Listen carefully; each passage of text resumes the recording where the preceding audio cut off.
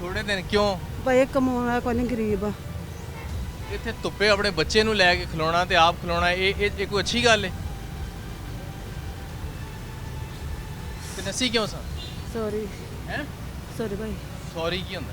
ਨਹੀਂ ਰਾਸਤੇ ਹੁਣ ਆਦੇ ਬਾਅਦ ਨਹੀਂ ਰਾਸਤੇ ਸੌਰੀ.